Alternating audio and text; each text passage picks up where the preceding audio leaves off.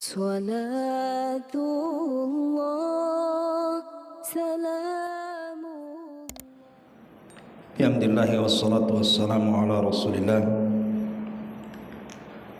wa ala alihi wa sahbihi wa mawalah wa la hawla wa la quwata illa billahi wa ba'du. Alhamdulillah, segala puja dan puji hanya milik Allah subhanahu wa ta'ala.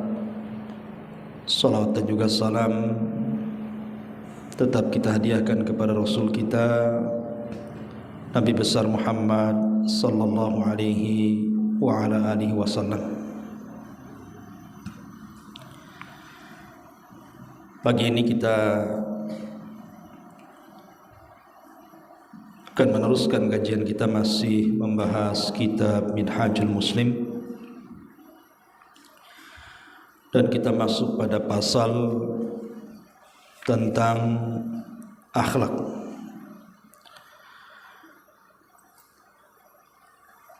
Dan di antara akhlak yang diajarkan di dalam kitab ini adalah sabar dan juga tahan daripada ujian Allah subhanahu wa ta'ala. Sering saya ulang-ulang bahwa Nabi SAW diutus untuk menyempurnakan akhlak manusia. Innama bu'istu liutammima makarimal akhlak. Sesungguhnya aku diutus hanya untuk menyempurnakan akhlak manusia. Dan akhlak itu adalah separuh daripada agama kita. Bahkan disebutkan dalam sebuah hadis, innal abda la yablughu bi husni khuluqihi azima darajatil akhirati wa syarafal manazili wa innahu la dhaiful ibadah. Terkadang seseorang hamba akan mencapai derajat yang sangat-sangat mulia kelak di akhirat, dan kedudukan yang sangat tinggi karena akhlaknya. Meskipun seorang hamba itu mungkin lemah dari segi ibadahnya. Dari sini kita tahu bahwa akhlak ini bisa menolong kita. Boleh jadi mungkin kita lemah dalam sholat sunnahnya, lemah dalam sedekahnya, lemah dalam puasa sunnahnya, lemah dalam zikir dan begitu seterusnya, tetapi bisa dibantu dengan akhlaknya. Akhlak itu yang kelak akan membawa kita kepada derajat yang sangat tinggi di hadapan Allah subhanahu wa ta'ala. Makanya terkadang di masyarakat ini, kadang-kadang boleh jadi mungkin dia ibadahnya kurang, tetapi karena akhlaknya baik, orang suka dengan dia. Tapi sebaliknya, ada orang yang Masya Allah ibadahnya luar biasa, tapi akhlaknya tidak baik kepada manusia, terkadang orang tidak suka kepada dia. Dan itu ma'ruf di masyarakat, kan Bu? Makanya kenapa kemudian Nabi SAW memposisikan akhlak itu amalan yang bisa memberatkan timbangan di hadapan Allah. Ma min syai'in fil mizani asqal min husnil khuluq. Tidak ada sesuatu pun di dalam timbangan amal yang lebih memberatkan timbangan di sisi Allah melebihi akhlak yang baik. Lah di antara akhlak yang baik itu disebutkan di sini adalah pada pasal keduanya, sabar dan tahan ujian. Menarik kita bicara soal sabar ini. Karena sabar ini kalimat yang mudah diucapkan di lisan, tetapi berat dalam pengamalan.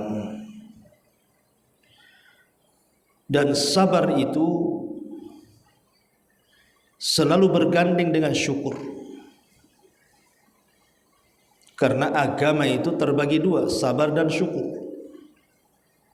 Sabar akan musibah yang Allah timpakan kepadanya, dan syukur dari semua nikmat yang Allah anugerahkan kepadanya. Ma'asyiral muslimat yang dimuliakan Allah Subhanahu wa taala,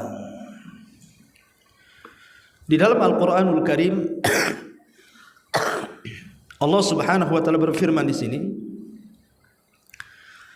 ya ayyuhalladzina amanu sabiru wasabiru warabitu wattaqullaha la'allakum tuflihun. Wahai orang-orang yang beriman, bersabarlah kamu dan kuatkanlah kesabaran, dan tetaplah bersiap siaga di perbatasan negeri, dan bertakwalah kepada Allah supaya kamu menjadi hamba-hamba Allah yang beruntung. Dan Allah mengatakan wasta'inu bis-sabri was-salah, dan mintalah pertolongan kepada Allah dengan sabar dan juga salat. Dan juga Allah mengatakan wasbir wa ma sabruka illa billah, bersabarlah dan tiadalah kesabaranmu itu melainkan dengan pertolongan Allah. Dan Allah mengatakan wasbir ala ma asabak inna dzalika min azmil umur, dan bersabarlah atas apa yang menimpamu, sesungguhnya yang demikian itu termasuk hal-hal yang akan atau hal-hal yang diwajibkan oleh Allah Subhanahu wa taala. Taib. Ma'asyiral muslimat yang dimuliakan Allah Subhanahu wa taala, untuk lebih meresapi makna daripada kesabaran, saya akan mengkisahkan beberapa kisah tentang kisah-kisah kesabaran. Karena bagaimanapun kisah-kisah itu, kata Sufyan Ats-Tsauri rahimahullahu taala, adalah jundun min junudillah, tentara dari tentara-tentara Allah Subhanahu wa taala. Maksud tentara dari tentara-tentara Allah Subhanahu wa taala, maksudnya adalah fungsi tentara itu kan memberikan kekuatan. Makin banyak pasukan tentu makin besar kemenangan, makin memiliki kekuatan.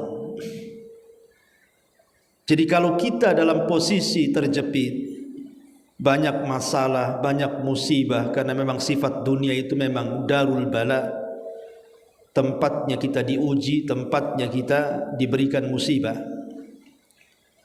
Maka terkadang dengan melihat kisah-kisah itu, kita bisa membandingkan musibah yang kita sekarang sedang diuji dengan musibah orang-orang dulu, dengan musibah para nabi, dengan musibah para sahabat, dengan musibah para ulama. Kita bisa bandingkan dengan mereka. Apakah musibah kita sudah setara dengan mereka? Kenapa kita tidak bisa sabar mereka sabar? Kenapa kita tasakhut kemudian menolak takdir sementara mereka menolak takdir? Itulah fungsinya kita ini membaca kisah-kisah dan mendengar kisah-kisah itu. Dan di dalam Al-Quranul Karim, kisah-kisah kesabaran terlampau banyak sekali.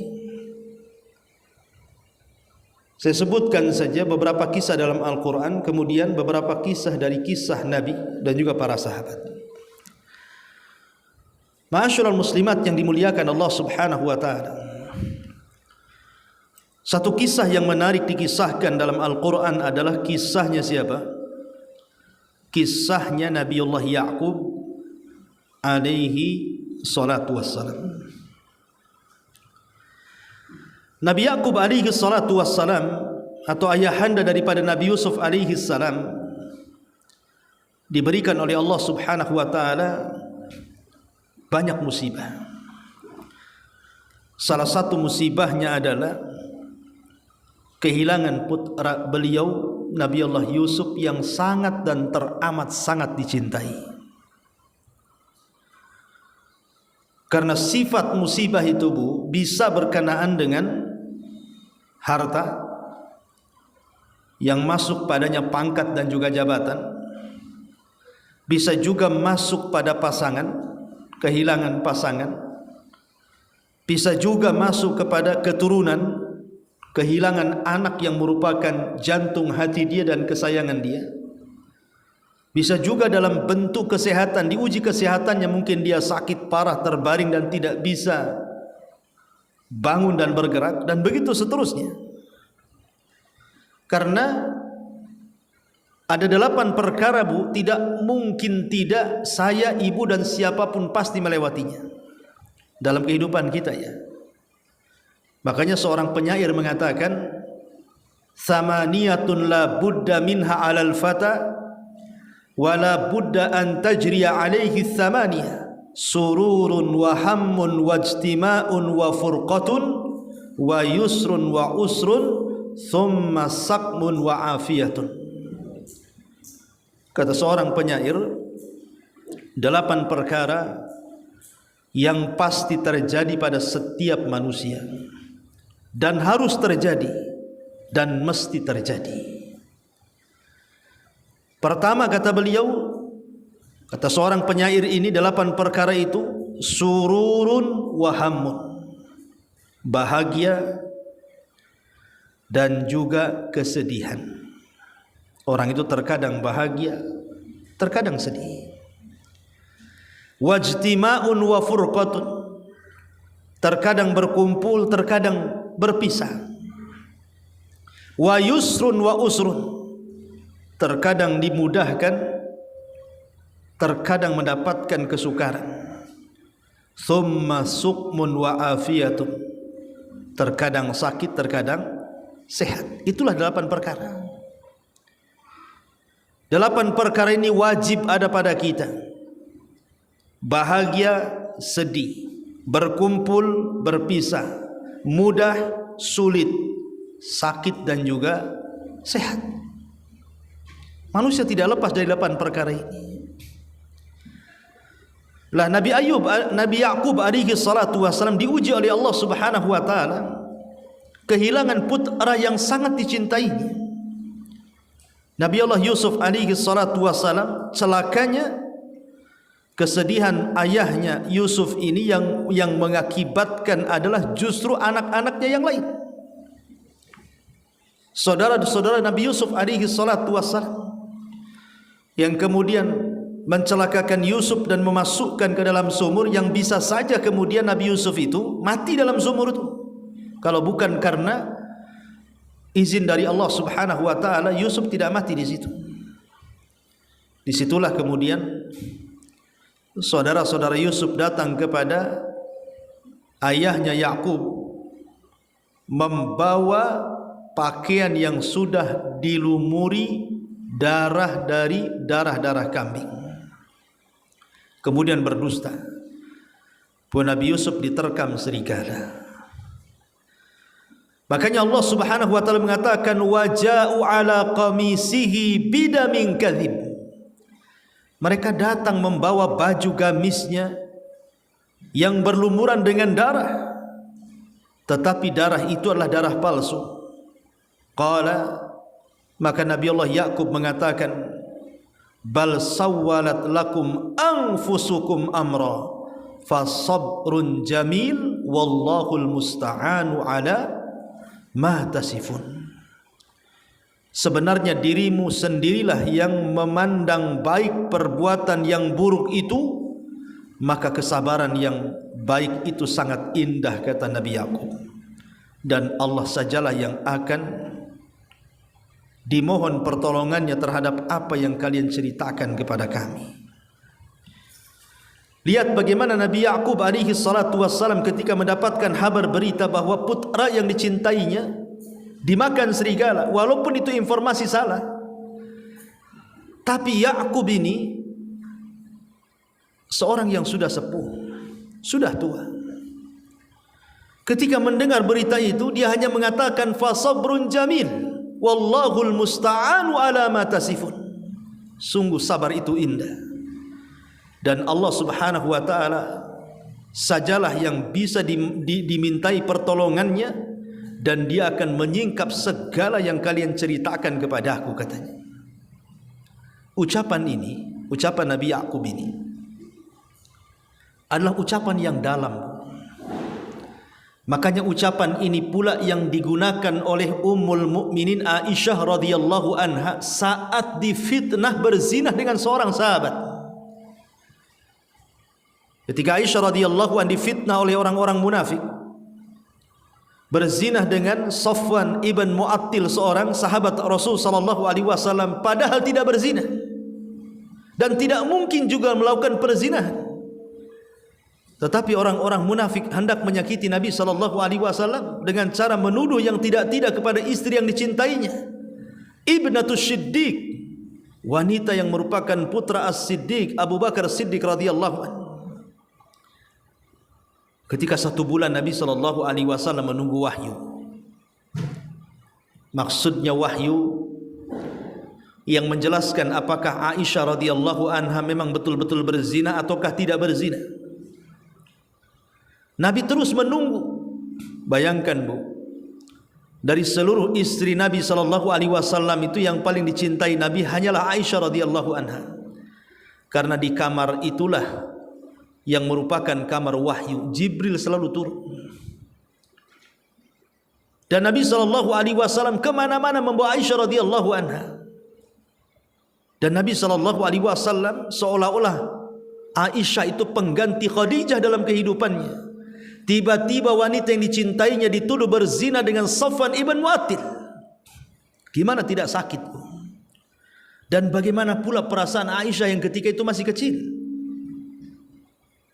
Tiba-tiba kemudian satu kota Madinah digegerkan dengan tuduhan-tuduhan miring dari orang-orang munafik, dengan menyebar berita hoax bahwa Aisyah radhiyallahu anha berzina dengan Safwan ibn Mu'attil, sampai kepada kerabat Abu Bakar namanya Mistah. Itu juga ikut menuduh bahwa Aisyah berzina. Sementara wahyu sudah 1 bulan tidak kunjung turun. Maka Nabi sallallahu alaihi wasallam mulai bertanya langsung kepada Aisyah radhiyallahu anha. Seolah-olah Rasul terpengaruh dengan ucapan orang-orang munafik dan mengatakan, "Ya Aisyah, kalau memang engkau melakukannya, wa in kunti lamamti bidzammin," kata Rasul, jika engkau melakukannya wahai Aisyah, bertobatlah kepada Allah. Karena jika seorang hamba bertobat kepada Allah, niscaya Allah akan mengampuni tobat-tobatnya. Wa in kunta bari'atun, wa in kunti bari'atan, tapi kalau engkau memang bari'ah, berlepas diri, tidak melakukannya, tidak berzina dengan Safwan ibn Mu'attil, wa sayubarri'ukillah azza wa jal min fawqi sab'is samawat, maka Allah subhanahu wa ta'ala pasti akan membersihkan namamu dari 7 atas langit sana. Pasti Allah akan turunkan wahyu. Tiba-tiba Aisyah radhiyallahu anha tidak bisa menjawab. 2 soalan yang susah untuk dijawab. Makanya kemudian Aisyah hanya mengatakan di hadapan ibu bapanya dan di hadapan Nabi sallallahu alaihi wasallam, jika ku jawab iya padahal aku tidak melakukannya, kalian tidak mungkin percaya denganku. Dan jika aku jawab tidak pun, kalian juga tidak mungkin mempercayai kata-kataku. Akhirnya kemudian Aisyah menarik selimutnya, kemudian langsung masuk ke dalam selimutnya dan membacakan ucapan Ya'qub, dan dia mengatakan, aku hanya teringat ucapan Nabi Allah Ya'qub, ayahnya Yusuf, fasabrun jamil wallahul musta'anu ala ma tasifun. Sungguh sabar itu indah dan Allah pasti akan memberikan pertolongannya dan menyingkap segalanya. Begitulah ma'asyiral muslimat yang dimuliakan Allah Azza wa Jalla. Kalau manusia semulia Nabi Ya'qub, seorang nabi, Kalau manusia semulia Ummul Mukminin Aisyah radhiyallahu anha, wanita yang dijamin masuk surga atas lisan Rasul, tidak lepas daripada ujian. Tidak lepas daripada ujian Allah Subhanahu wa taala yang teramat sangat berat dalam kehidupannya. Apatah kita, siapalah kita ini? Kita bukan nabi, kita bukan orang sekelas Aisyah dan juga para sahabat Nabi.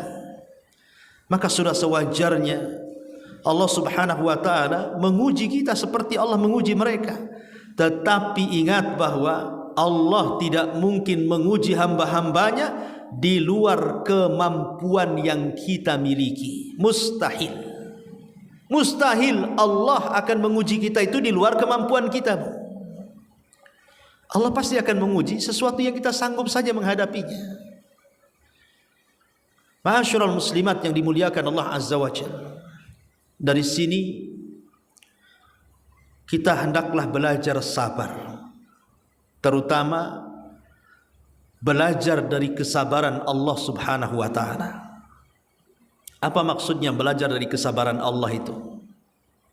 Bu, Allah Subhanahu wa taala adalah zat yang menciptakan kita, yang memberikan rizki kepada kita, yang memberikan segala kenikmatan yang kita nikmati di alam semesta, yang mampu menghidupkan dan mematikan kita, membahagiakan, menyusahkan, memberikan penyakit dan juga memberikan kesehatan.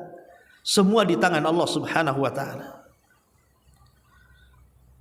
Lihat dalam sebuah hadis yang dikeluarkan Imam Muslim. Kata Nabi sallallahu alaihi wasallam mengutip firman Allah Azza wa Jalla dalam hadis kursi, Allah Subhanahu wa taala berfirman, yu'dhini ibnu Adam yasubbud dahra wa ana dahru biyadil amru uqallibul laila wan nahar. Allah Subhanahu wa taala mengatakan, telah menyakiti aku anak Adam, katanya Allah. Mereka mencela masa, padahal aku adalah yang menciptakan masa. Di tanganku segala urusan, aku yang membolak-balikan, ada siang ada malam. Betapa banyak hari ini orang-orang yang mencela waktu, kan Bu? Panas sedikit saja dicelaklah panas itu, dingin sedikit dicelaklah dingin itu, matahari tak muncul dicelak pula matahari, bulan tak muncul tidak dicelak pula bulan itu. Betapa banyak orang-orang yang mencela waktu yang berjalan, seperti orang yang mencela nasibnya. Kenapa nasibku seperti ini terus? Apakah aku ini terlahir di hari yang sial? Kenapa usahaku bangkrut? Apakah aku membuka usaha itu di bulan yang sial? Dan begitu seterusnya. Ketika kita ini mencela Allah Subhanahu wa taala dengan mencela waktu, hakikatnya kita sedang menyakiti Allah Subhanahu wa taala. Bahkan lebih parah lagi, orang-orang yang mereka menuduh Allah Subhanahu wa taala beranak dan diperanakkan, pada Allah mengatakan lam yalid wa lam yulad. Apa mereka tidak menyakiti Allah? Atau orang-orang yang menyekutukan Allah Subhanahu wa taala dengan berhala-berhala, apakah mereka tidak menyakiti Allah? Mereka sedang menyakiti Allah.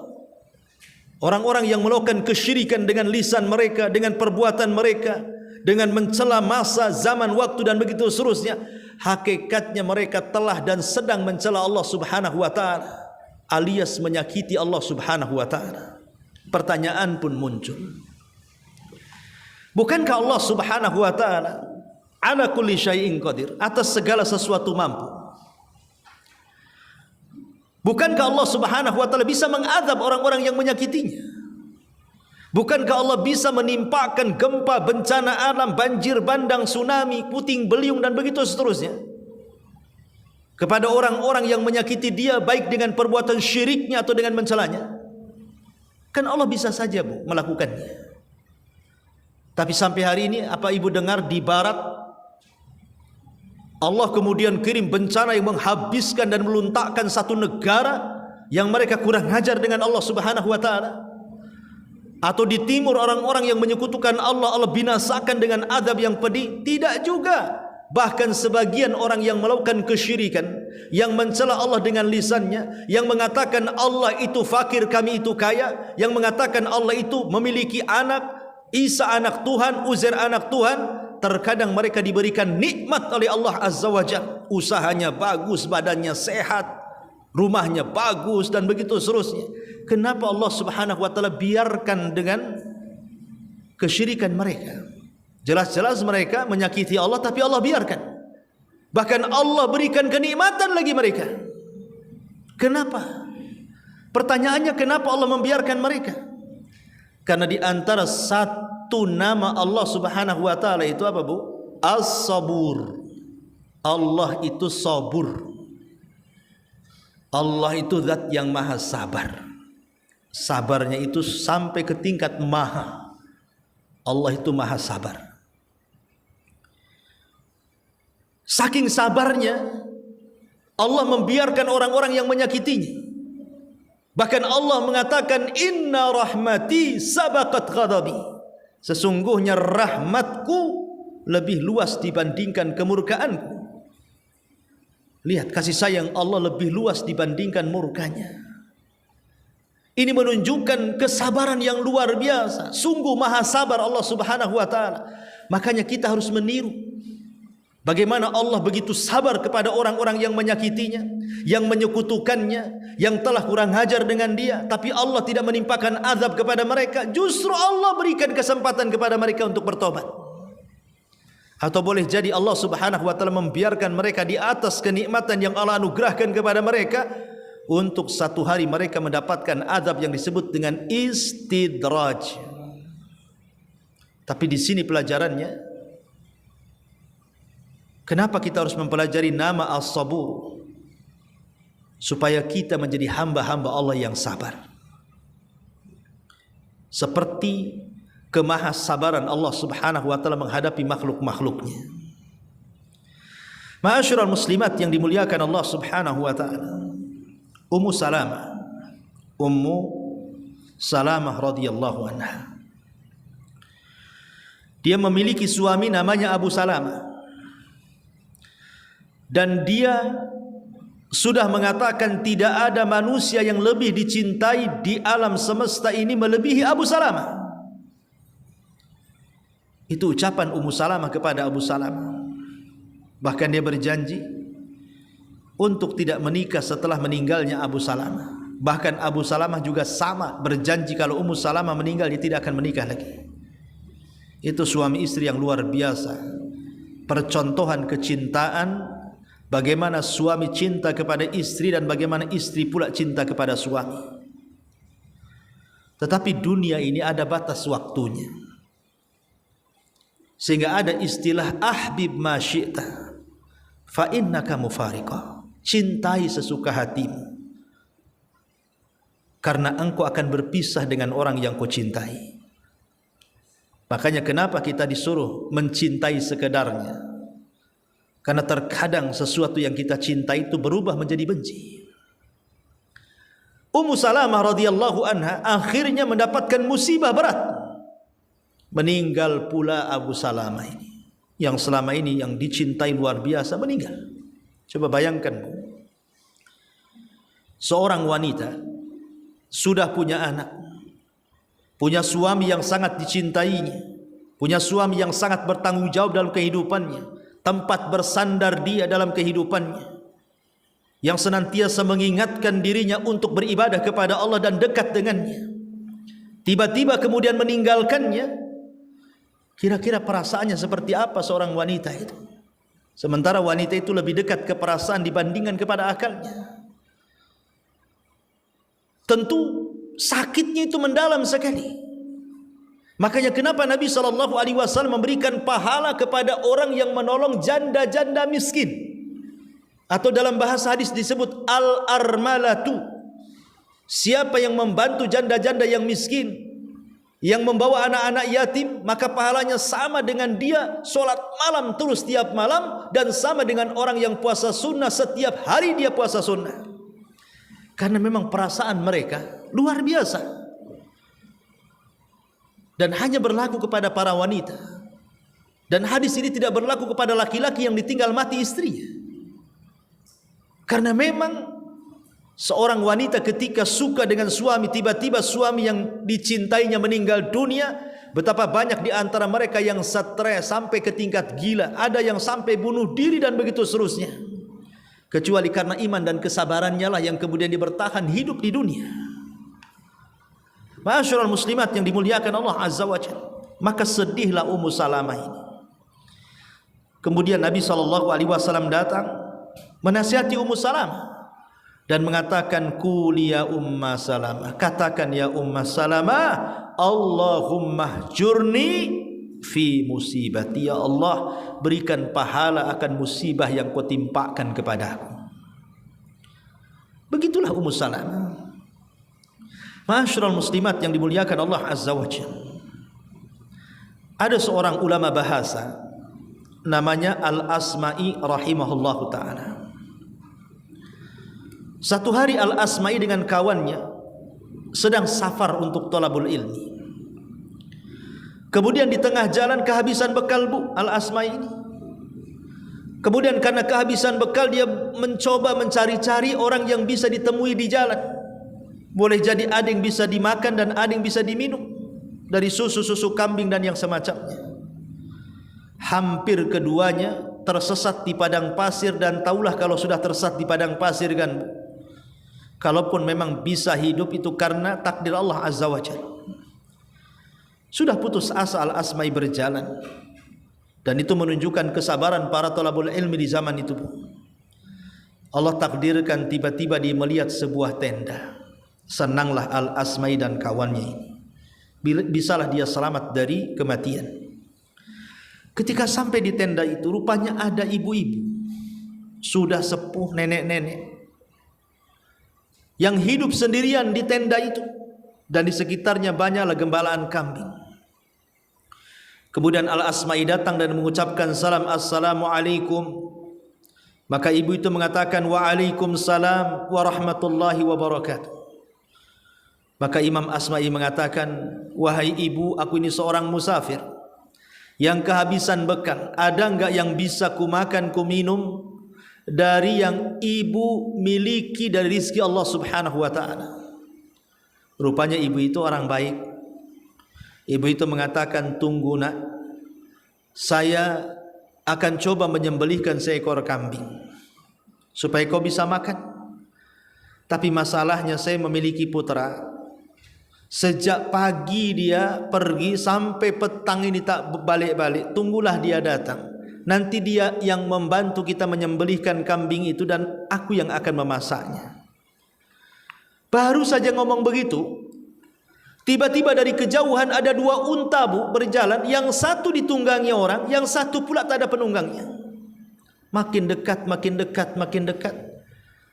Kemudian tiba-tiba yang menunggang unta ini mengatakan, semoga Allah memberikan pahala akan kesabaran ibu, karena sesungguhnya putra ibu meninggal karena jatuh dari unta dan terinjak lehernya. Maka ibu itu tersedak, karena itu satu-satunya anak dia yang menolong dia. Langsung dia terdiam. Kemudian dia istirja, inna lillah wa inna ilaihi raji'un.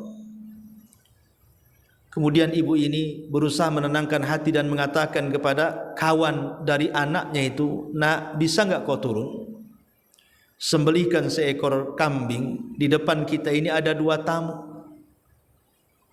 Akhirnya kemudian temannya anaknya ini turun, kemudian mengambil pisau dan menyembelih seekor kambing. Kata ibu ini mengatakan kepada Al-Asma ini, nah, aku lihat engkau ini nampaknya orang soleh. Ada enggak kata-kata yang bisa menenangkan aku, katanya. Maka kata Al-Asma'i, iya. Kemudian Al-Asma'i rahimahullahu ta'ala membacakan satu ayat. Wa basyiris sabirin alladzina idza asabathum musibatun qalu inna lillahi wa inna ilaihi raji'un. Ulaika alaihim salawatun mir rabbihim wa rahmah wa ulaika humul muhtadun. Berbahagialah terhadap orang-orang yang sabar, orang-orang yang apabila ditimpa musibah kepada mereka, mereka pun mengatakan, sesungguhnya kami datang dari Allah subhanahu wa ta'ala, dan kami pula akan kembali kepada Allah subhanahu wa ta'ala. Mereka lah orang-orang yang akan mendapatkan pujian dari Rabb mereka, kasih sayang dari Rabb mereka, dan mereka lah orang-orang yang akan mendapatkan petunjuk. Kata ibu ini, syukran jazakumullah khairan. Aku ucapkan terima kasih wahai anak muda. Hatiku sudah mulai tenang.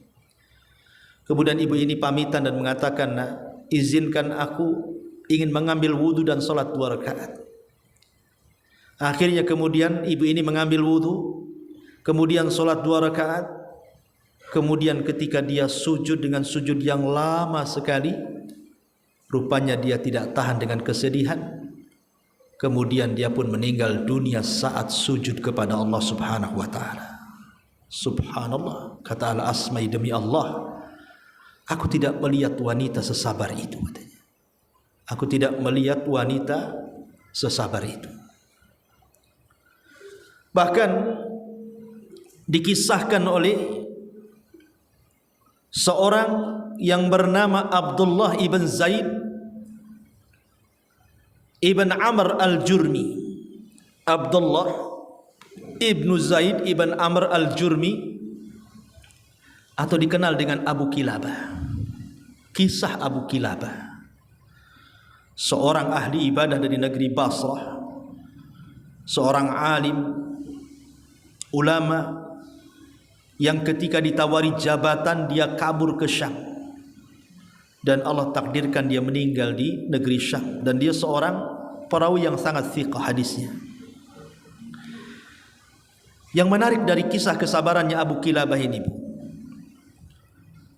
jadi satu hari Abu Kilabah ini, karena dia tidak mau diangkat menjadi seorang qadhi, memang tak mau dia menjadi qadhi, menjadi hakim agung, dia tak mau, karena dia tahu bagaimana pertanggungjawaban dia di hadapan Allah Subhanahu wa taala kalau salah menghukum orang. Akhirnya dia lari ke Syam, ikut berjihad. Kemudian setelah tua, Allah Subhanahu wa taala takdirkan, Bu, Abu Kilabah ini buta matanya. Kemudian tidak memiliki kaki dan tangan. Tangannya tidak ada dua-duanya, kakinya pula tidak ada dua-duanya. Kemudian pendengarannya sudah mulai berat, dan juga pandangannya sudah mulai membuta. Dia hanya punya dari badannya, dari atas kepala sampai ke kaki itu, Bu, yang bisa bermanfaat untuk ibadahnya hanya lisannya saja. Subhanallah. Coba bayangkan, Bu, orang ini buta, sedikit tuli, tak punya tangan, tak punya kaki. Dia hanya bisa beribadah dengan lisannya saja.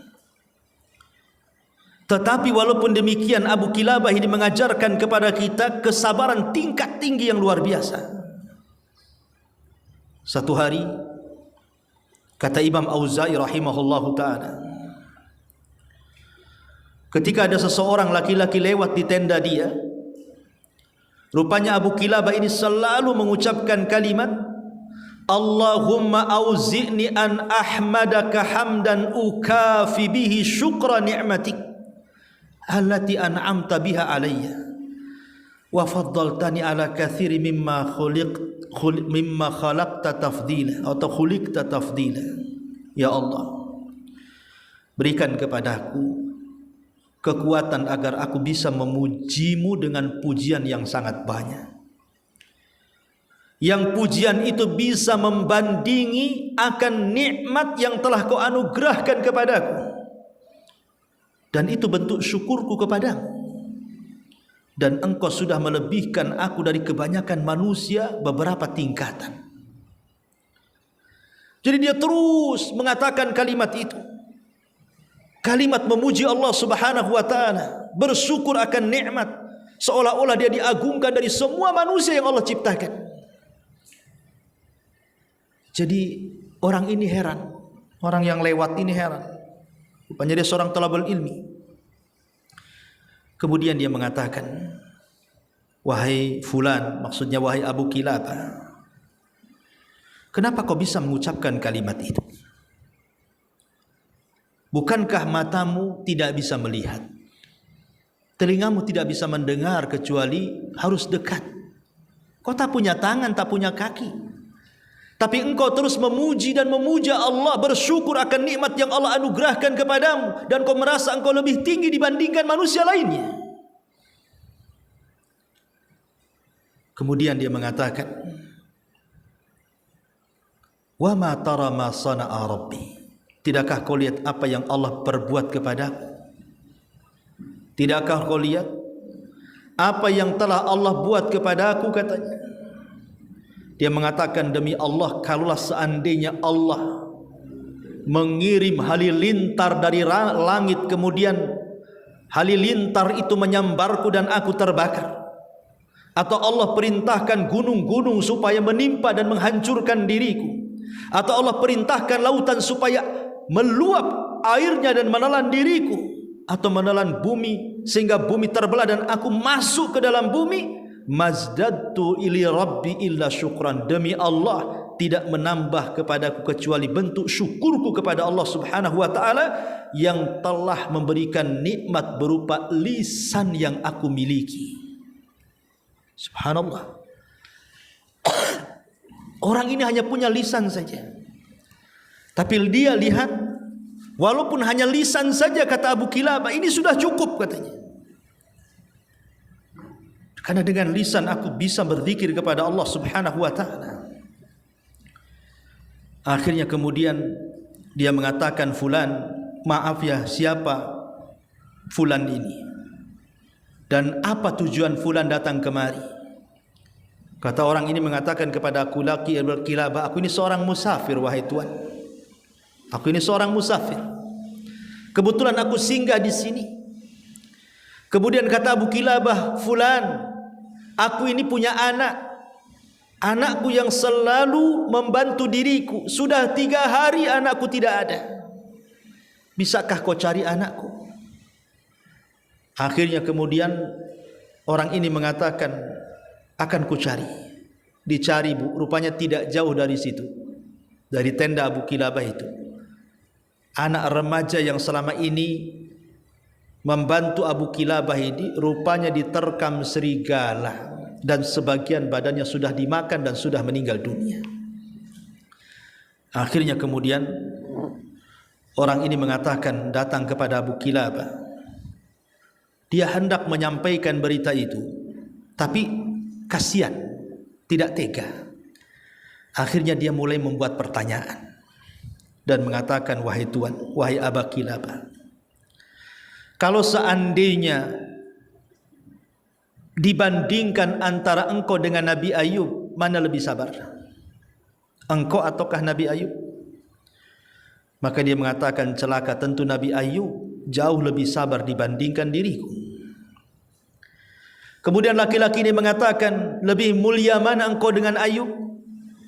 Maka Abi Kilabah mengatakan, celaka engkau, ya lebih mulia Ayub dibandingkan diriku. Siapa aku dibandingkan Nabi Ayub? Katanya.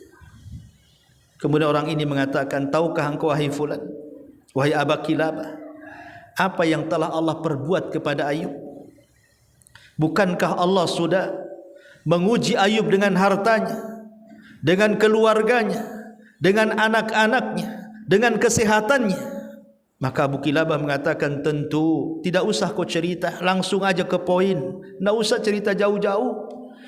Kemudian orang ini mengatakan, wahai Abu Kilabah, bukankah kau dapati Ayub itu penyabar, syukur, memuji Allah Subhanahu wa ta'ala? Iya, katanya, betul apa yang kau ceritakan, langsung saja ke poin, tidak usah terlampau lama-lama, jauh-jauh cerita sana sini soal Ayub, katanya.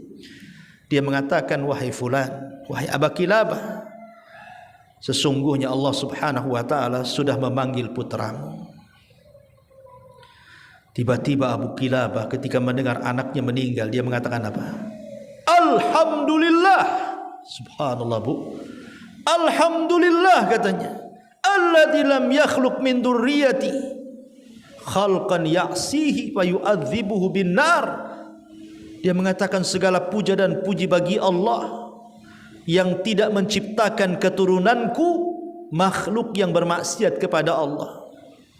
Akhirnya Allah azab dia karena anaknya belum balik, meninggal dunia. Orang yang belum balik kan belum ada dosa, bu. Makanya dia mengatakan alhamdulillah, katanya. Anakku meninggal sebelum dia balik, sehingga dia tidak bermaksiat kepada Allah, akhirnya Allah azab dia. Kemudian dia mengatakan innalillahi wa inna ilaihi rajiun. Kemudian dia tersedak-sedak. Akhirnya kemudian setelah dia membaca istirja, dia pun meninggal dunia. Itulah Abu Kilabah, Abdullah ibn Zaid ibn Amrin al-Jurmi rahimahullahu ta'ala. Dan banyak lagi kisah-kisah ulama-ulama yang luar biasa kesabarannya. Dan ini menunjukkan bagaimana kita dituntut untuk sabar dan juga tahan ujian yang Allah subhanahu wa ta'ala ujikan kepada kita. Karena di antara sifat seorang mukmin adalah ajaban li amril mu'min inna amrahu kullahu lahu khairun walaysa dzalika li ahadin illa li mu'min in asabathu sarra syakara fakana khairan lahu wa in asabathu dharra'u sabara fakana khairan lahu. Sungguh menakjubkan perkara seorang mukmin, sesungguhnya seluruh urusannya baik baginya, dan tidak ada yang demikian itu kecuali bagi seorang mukmin. Apabila mendapat kesenangan dia bersyukur dan itu baik bagi dia, dan apabila mendapatkan bencana dia pun bersabar dan tetap bencana itu baik bagi dia. Wallahu a'lam bishawab. Selebihnya ibu bisa baca sendiri ya dalil-dalilnya. Ini gambaran-gambaran kisah ini supaya menjadi ibrah dan pelajaran. Kalau di antara saya, ibu atau siapapun ditimpa musibah, maka lihatlah madrasah di sekeliling kita. Ternyata ada saudara-saudara kita itu yang jauh lebih besar ditimpa musibah dibandingkan kita, supaya kita tenang bahwa kita tidak seperti mereka. Bahkan ada seorang dokter dikisahkan oleh seorang syekh. Jadi dokter ini diberikan oleh Allah subhanahu wa ta'ala rizki yang luas. Rizki yang luas. Dia sangat sayang dengan istrinya, dia sangat sayang dengan anak-anaknya. Anaknya banyak, istrinya sangat soleha, dan dia merasa nyaman dengan keluarganya. Allah lapangkan semua kehidupannya, rumahnya besar. Satu hari sang dokter ini hendak melakukan ya semacam piknik lah ya, semacam perjalanan dengan semua anak-anaknya. Bahkan anak-anaknya yang sekolah pun disuruh pulang. Jadi anak-anaknya itu ada sekitar 7 atau 8 anaknya yang laki-laki dan perempuan itu. Kemudian mengajak untuk jalan-jalan. Semua kumpul anak-anaknya. Kemudian dia pun membawa kendaraannya dengan sangat laju dan kencang. Allah takdirkan kendaraannya ini terguling, kecelakaan.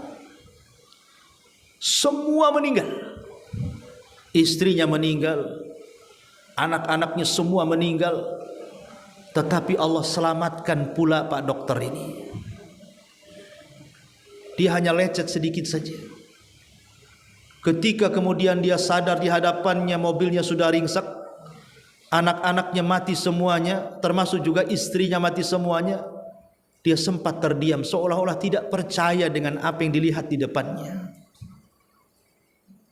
Terkadang musibah itu kan tidak bisa dibayangkan. Hari ini kita bahagia, hari ini kita tertawa, hari ini kita merencanakan sesuatu, hari ini pula kita sedih, hari ini pula kita nangis, hari ini pula buyar pula rencana yang kita rencanakan. Begitulah kehidupan manusia. Siapa yang tahu 1 jam setelah kita mengaji di sini? Tidak ada yang tahu. Makanya kemudian kenapa seorang muslim dibekali dengan 2 akhlak yang sangat mulia? Pertama akhlak sabar, dan yang kedua akhlak syukur. Baik, di sini ada pertanyaan. Bismillah. Assalamualaikum warahmatullahi wabarakatuh. Waalaikumsalam warahmatullahi wabarakatuh. Ustaz, apakah orang yang terkena penyakit was-was, baik itu was-was ibadah ataupun was-was akidah, itu bentuk ujian manusia atau azab? Was-was itu datang dari syaitan. Was-was itu datang dari syaitan. Fawaswasalahuma. Syaitan pun memberikan was-was kepada Adam dan Hawa. Akhirnya dengan was-was itu Allah keluarkan Adam karena berhasil. Iblis memberikan was-was agar Adam dan Hawa memakan buah larangan, termakan pula oleh keduanya. Jadi was-was itu datang dari syaitan. Makanya kita berlindung dari was-was. Qul a'udzu birabbin nas, malikin nas, ilahin nas, min syarri waswasil khannas. Kita berlindung was-was ini dari syaitan. Terkadang syaitan ini masuk ke kepala kita, kemudian bertanya, siapa yang menciptakan langit? Kita jawab Allah. Siapa yang menciptakan bumi? Kita jawab Allah. Siapa yang menciptakan alam semesta? Kita jawab Allah. Terakhir pula dia kasih subhat, lalu siapa yang menciptakan Allah, katanya. Nanti mulai itu, siapa yang menciptakan Allah kalau begitu? Datanglah itu was-was. Jadi was-was itu dari syaitan. Maka banyak-banyaklah berlindung kepada Allah, dan hanya dengan ilmu was-was itu bisa hilang. Ya, was-was itu bisa hilang hanya dengan ilmu. Teruslah belajar. Belajar. Minta perlindungan kepada Allah agar Allah hilangkan was-was ini, karena was-was ini bahaya. Kalau sampai ke tingkat akidah ini bahaya, bisa mencapai tingkat kufur masalahnya. Ya, wallahu a'lam. Salatullah salam